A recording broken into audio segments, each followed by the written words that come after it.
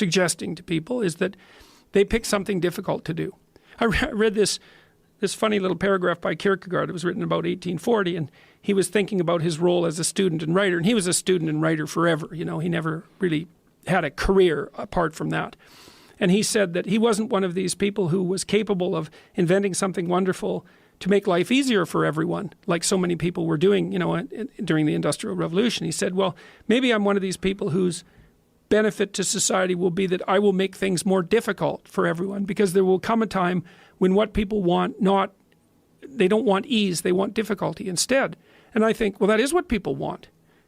That is what they want. You think, well, I want an easy, happy life. It's like, no, actually, that isn't what you want. I think what people want is things that are difficult that they can overcome. Yeah, right. That's right. They want an optimal challenge. Well, that's there's a whole different thing. When you overcome something, when you do something difficult, whether it's, I mean, I've never written a book, but I assume when you write a book, when you're done writing that book, there's a great feeling of accomplishment, because it's very difficult to do.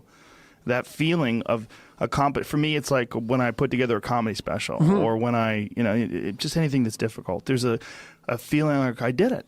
I did it. Yeah, well, one of the mysteries is why that feeling exists.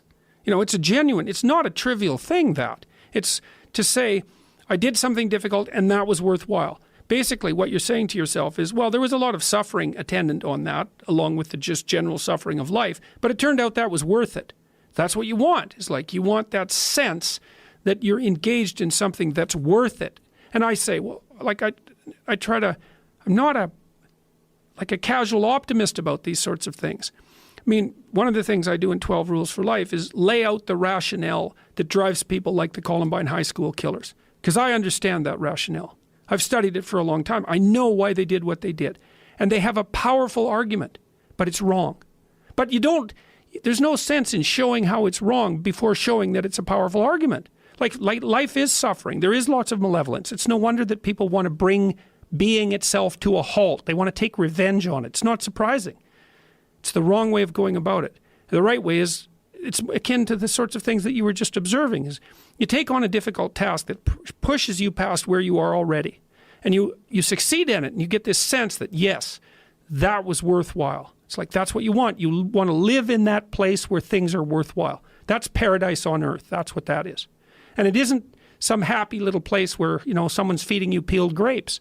That isn't what it is. It's more like victory on the honorable battlefield or something like that. Yeah, the perception that people have of ultimate success and ultimate happiness is, it seems motivated by what they don't have, rather than an understanding of what success and happiness really is. Their idea is that one day I'm going to go and I'm going to be in my golden years, and I'm just going to be able to sit around and do nothing and tell everybody to f*** off. You won't be happy at all. I talked to one of the people that I was working with who had a vision for retirement. I said, well, what's your vision for retirement? Well, I see myself in the beach, you know, some tropical country drinking margaritas. And I thought, first, that's not a plan. That's a travel poster. It's like, okay, let's walk through this. All right, so you go down to this tropical country and you go sit on the beach and you have a margarita. It's like, okay, well, how many margaritas? Like 10? Okay, so you're going to do that, what, you're going to do that for 6 months? You'll be dead. Yeah, well, you'll be this like pathetic, sunburned, like... Fat. Yeah, unhappy, hungover, cirrhotic. In pain. Yeah, it's like that's your vision. Dehydrated. So how long can you have a margarita on a beach? Like maybe you can do that once every 6 months for like 10 minutes, something like that. It's not a vision. It's true, but when you are working and slaving away, you think about that beach with your feet up, and the waiter comes over. Would you like another margarita, Mr. Peterson? Yeah. Yes, I would. Yeah, absolutely. And you're like, absolutely. all right, but baby. Right, exactly. But it's like this 16-year-old fantasy of paradise. It's like, well, and it just doesn't work out. So, and the thing is that the thing that sustains people through life really is the lifting of a worthwhile burden.